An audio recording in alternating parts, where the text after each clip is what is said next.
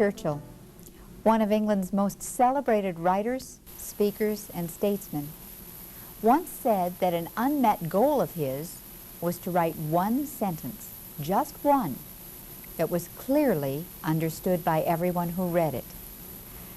Communication, especially written communication, is hard work. We need to utilize every single tool at our disposal in order to make our thoughts clear to those with whom we want to communicate. The words we choose are important, and the punctuation we use can either clarify or cloud our words. Today, we are going to discuss 4 general rules governing the use of commas. These 4 rules are probably the most important of the comma rules pertaining to academic writing. There are other rules, of course, and there are always exceptions. But if you master these 4 rules, you will not be wrong. You will have more confidence in your punctuation skills, and your writing will be easier for your instructors to read and to understand. Rule number 1, a comma follows an introductory word, phrase, or clause.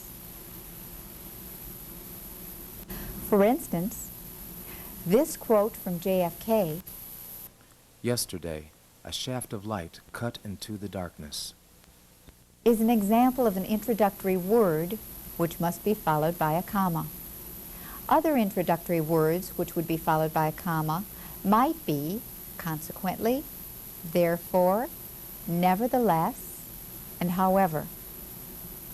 There are also words which are not used in academic writing, such as well, oh, yes, no, and gosh or egad, which are also followed by commas.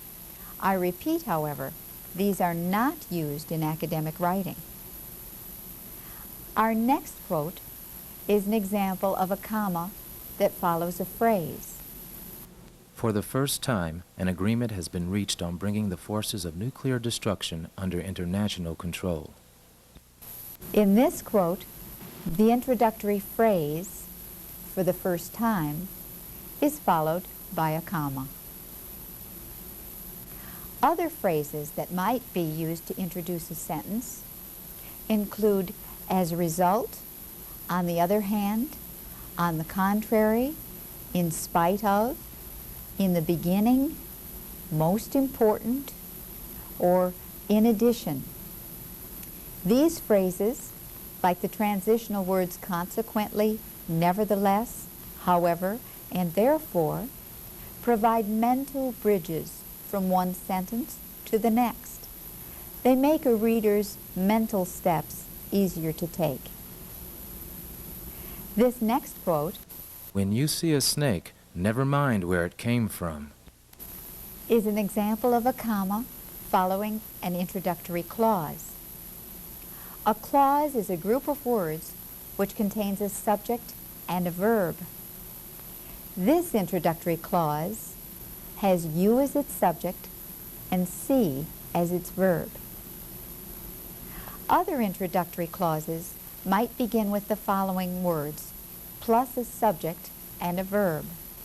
While I was studying commas, if the Cardinals beat the Cowboys, after I got my driver's license, although we go to the same community college, or when I first stepped on this campus. You will now begin to complete the first page of practice sentences. First, push the stop button on your VCR. Push play after you have finished your practice sheet to continue with the lesson. We will then discuss the practice sentences one at a time.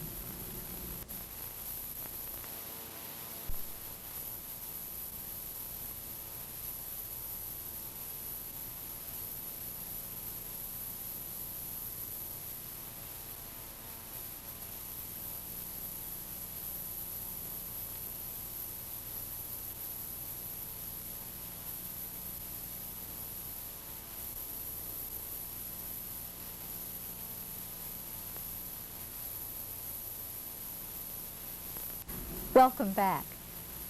How did you do? In sentence number 1, To my extreme mortification, I grow wiser every day. the comma follows an introductory phrase, to my extreme mortification. Sentence number 2 When God invented man, he wanted him to look like me. is an example of the use of a comma when it follows an introductory clause.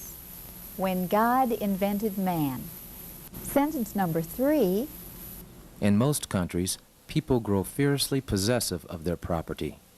has a comma following the introductory phrase, in most countries. In sentence number 4, Well, if I called the wrong number, why did you answer the phone? there are 2 separate introductory elements. The first, well, should be set apart from the rest of the sentence, but it should never be used in academic writing. It is used in informal writing only. The second introductory element, if I called the wrong number, is an introductory clause, and it should be followed by a comma. Sentence number 5, If you can tell the difference between good advice and bad advice, you don't need advice. has an introductory clause, which is introduced by the word if. Note that sometimes an introductory element can be longer than the core of the sentence. Sentence number 6, Even if you're on the right track, you'll get run over if you just sit there. also has an introductory clause, even if you're on the right track. Sentence number 7, Being a philosopher, I have a problem for every solution. has an introductory phrase, being a philosopher. Without the comma in sentence number 8, When people are serving, life is no longer meaningless. the meaning of the words would be very confusing. The sentence would read, when people are serving life. With the comma placed after serving, the meaning comes clear. Again in sentence number 9, In spite of the cost of living, it's still popular. the introductory element is longer than the main clause. Sentence number 10, If living conditions don't stop improving in this country, we're going to run out of humble beginnings for our great men. has an introductory clause. Note that these introductory clauses do not express complete thoughts. Therefore, they cannot stand alone. We will have more practice sentences, so remember rule number 1. A comma follows an introductory word, phrase, or clause. Rule number 2 is one of the most commonly abused comma placement laws. It states that a comma comes before a coordinating conjunction that connects 2 complete sentences. I think that people get intimidated with the words coordinating conjunction. There are only 7 of the little things, and they are such small words that they are very easy to memorize. I remember them by the acronym FANBOYS: for, and, nor, but, or, yet, so. When one of these 7 words connects 2 complete sentences, it is preceded by a comma. Look, for instance, at the first sentence, A. You see that you do your worst is a complete thought. We will do our best is also a complete thought. Since both of them are complete sentences, it is correct to add a comma and the coordinating conjunction in order to combine the 2 sentences correctly. Each of the following examples will illustrate the use of the 7 coordinating conjunctions. Sentence B, for instance, is comprised of 2 complete sentences. The first, I never forget a face, could be followed by a period. The second, in your case, I'll make an exception, is also a sentence. Note the comma that follows the introductory phrase in your case. Because there are 2 complete sentences here, it is correct to add the comma and a coordinating conjunction in order to combine these sentences correctly.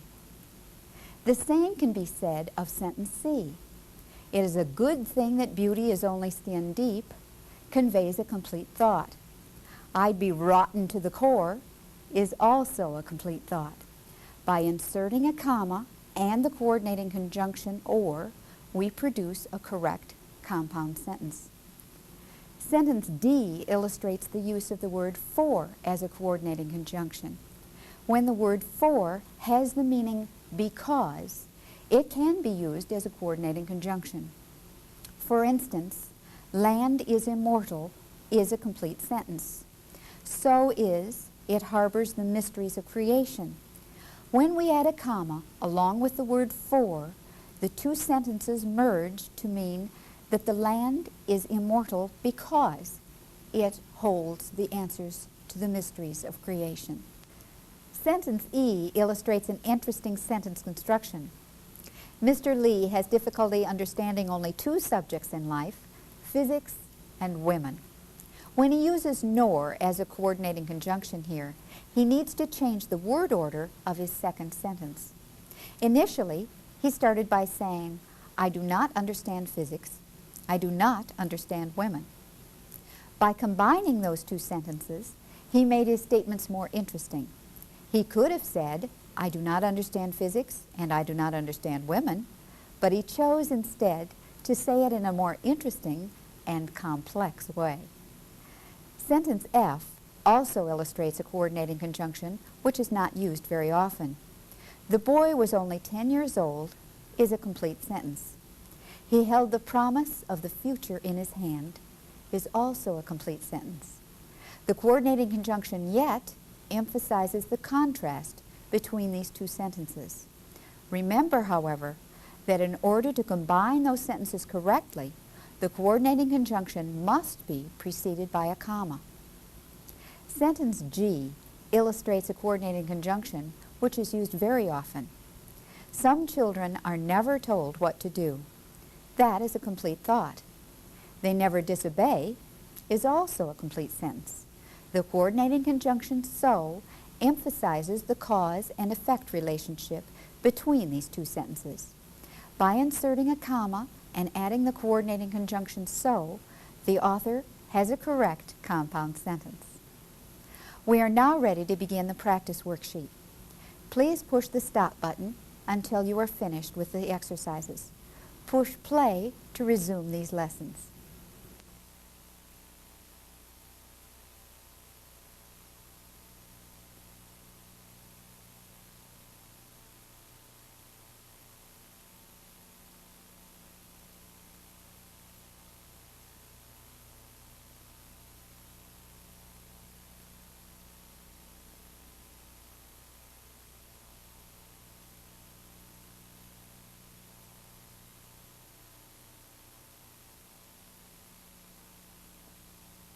Welcome back. How did you do? Sentence number 1. Dead men tell no tales, but many have biographers who do. Has two complete sentences. Dead men tell no tales is a complete thought, and many have biographers who do is also a complete thought. Therefore, they can correctly be joined by adding a comma before the coordinating conjunction but. Sentence number 2. No one really listens to anyone else, and if you try it for a while, you'll understand why. Has two complete sentences. No one really listens to anyone else is a complete thought. If you try it for a while is an introductory clause. Remember? And so it should be followed by a comma. Then you'll understand why is a complete sentence. Therefore, it is correct to add a comma before the coordinating conjunction. Sentence number 3. We can lick gravity, but sometimes the paperwork is overwhelming. Has two complete sentences. We can lick gravity, and sometimes the paperwork is overwhelming. Therefore, it is correct to add a comma before the coordinating conjunction. Sentence number 4. No good opera plot can be sensible, for people do not sing when they are feeling sensible. Also has 2 complete sentences. No good opera plot can be sensible, and people do not sing when they are feeling sensible. Therefore, it is correct to use a comma before the coordinating conjunction for. Sentence number 5. When power corrupts, poetry cleanses, for art establishes the basic human truths. Uses the coordinating conjunction for again. This example has 2 complete sentences. When power corrupts is an introductory clause and therefore should be followed by a comma. Poetry cleanses is a complete thought, just as art establishes the basic human truths is a complete thought. Therefore, a comma belongs before the coordinating conjunction for. In sentence number 6, Liberty without learning is always in peril, and learning without liberty is always in vain. John F. Kennedy emphasizes the contrast of these 2 sentences by combining them. The first sentence, liberty without learning is always in peril, could be followed by a period because it is a complete sentence. The second sentence, learning without liberty is always in vain, could also stand alone.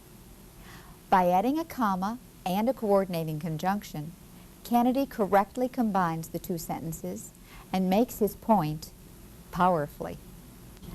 I also like Graham Greene's sentence combination in sentence number 7. No human being can really understand another, and no one can arrange another's happiness. No human being can really understand another is clearly a complete sentence. No one can arrange another's happiness is also a complete sentence. By combining these sentences, the author can emphasize the causal relationship between them. Sentence number 8. Love does not consist in gazing at each other, but in looking outward together in the same direction. Should not contain a comma before the coordinating conjunction. There is only one complete thought in this sentence. Love does not consist in gazing at each other is a complete sentence. However, in looking outward together in the same direction is not a complete thought.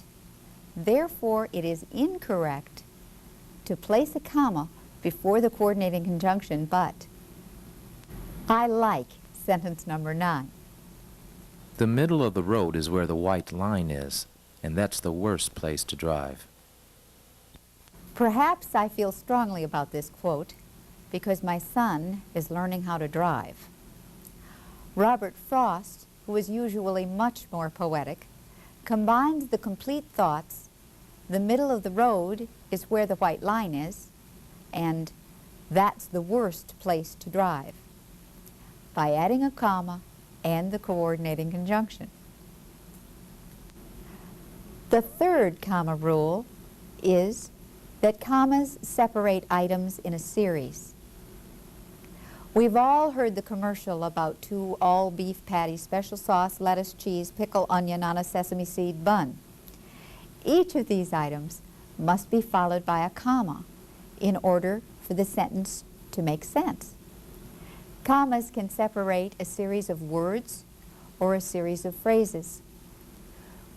When William Hazlitt says walk groundly, talk profoundly, drink roundly, and sleep soundly, he has provided a series of phrases. Each should be followed by a comma in order to make the meaning of the sentence clear. It is interesting to note the parallel construction used in this sentence. See how each phrase consists of the same parts of speech? Each phrase has a verb followed by an adverb. This parallel construction makes this series particularly effective. Please note that I have inserted a comma before the conjunction. It is acceptable to leave the last comma out, but many educators prefer that you leave it in. Whichever you choose, make certain that you are consistent. In the following sentences, try consistently putting the final comma in. You will now do your practice worksheet. Push the stop button on the VCR. When you have finished the worksheet, push the play button to begin.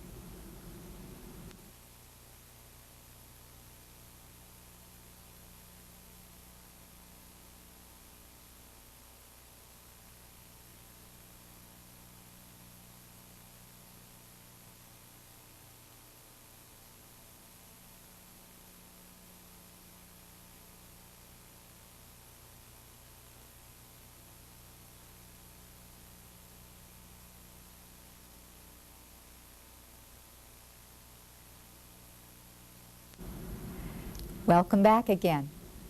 Did you do well? In sentence number 1, For be the things I'd be better without love, curiosity, freckles, and doubt.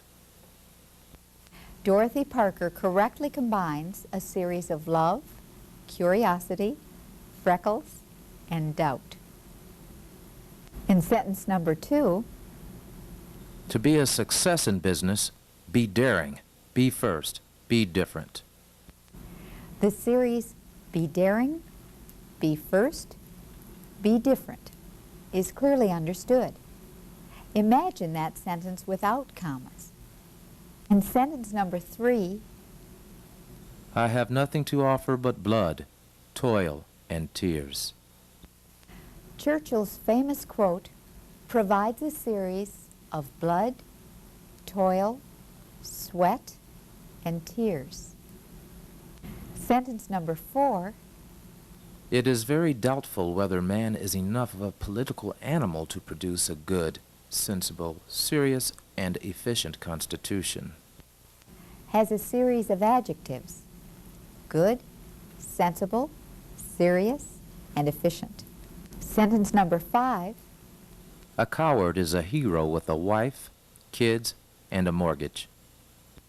provides an example of a series of 3 nouns: wife, kids, and mortgage. Sentence number 6, To escape criticism, do nothing, say nothing, be nothing. provides a series of phrases: do nothing, say nothing, be nothing. Remember, a series consists of 3 or more items. Do not insert commas when there are only 2 items. Rule number 4 states that commas come before and after words which interrupt a sentence. For example, FDR stated that a conservative is a man with 2 perfectly good legs who, however, has never learned to walk forward. Note how the word however interrupts the sentence. When a word, a phrase, or a clause is used to interrupt the flow of a sentence, it is set apart by commas. Sentence B illustrates a phrase which interrupts. The sentence flows smoothly when read. Statistics indicate that modern executives are dropping like flies on the nation's golf courses. The phrase, as a result of overwork, interrupts and is therefore set apart by commas. Sentence C provides an example of a clause which interrupts the sentence. By the year 2000 is an introductory phrase, and it is therefore followed by a comma. We will raise our children to believe in human potential is interrupted by the clause, I hope. That clause is set apart by commas. Now, try the following 4 sentences. Find the interrupting word, phrase, or clause. Provide commas when they are needed. Please push the stop button and then push play to resume the lesson.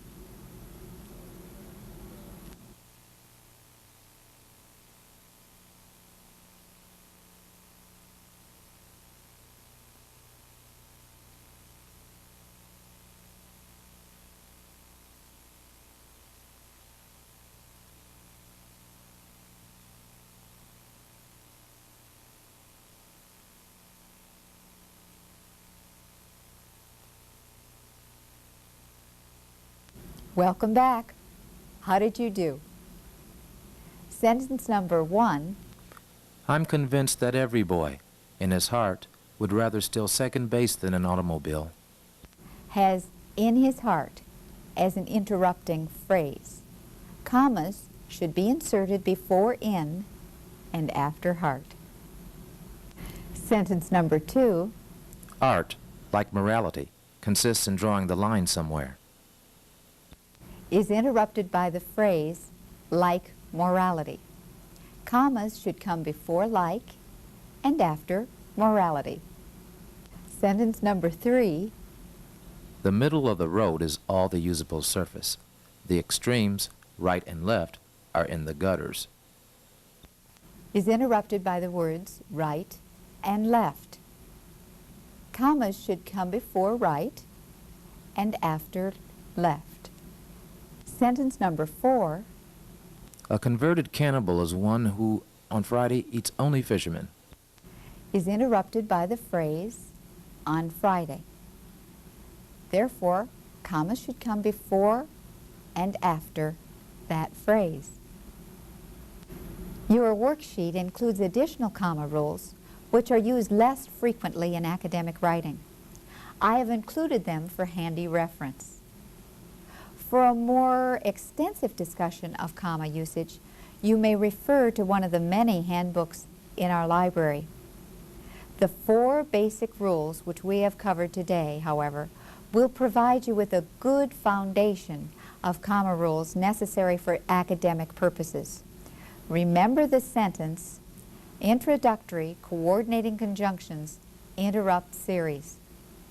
Although that sounds as if it refers to baseball, it should remind you of the 4 basic comma rules. 1.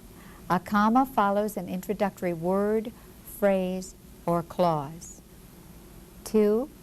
A comma comes before a coordinating conjunction that connects 2 complete sentences. 3. A comma separates items in a series. And 4. Commas come before and after words which interrupt a sentence. Use these 4 guidelines as you insert commas in your sentences. Often, when I ask students why they used commas in particular places, they say, well, the sentence was long, or it just seemed like it was time to pause. These are not adequate reasons for using commas. These 4 rules will indicate where commas are necessary. Beyond that, when in doubt, leave it out. A worksheet has been included which provides practice in all 4 comma rules. I've enjoyed the quoted material. I hope you will too. Good luck with commas.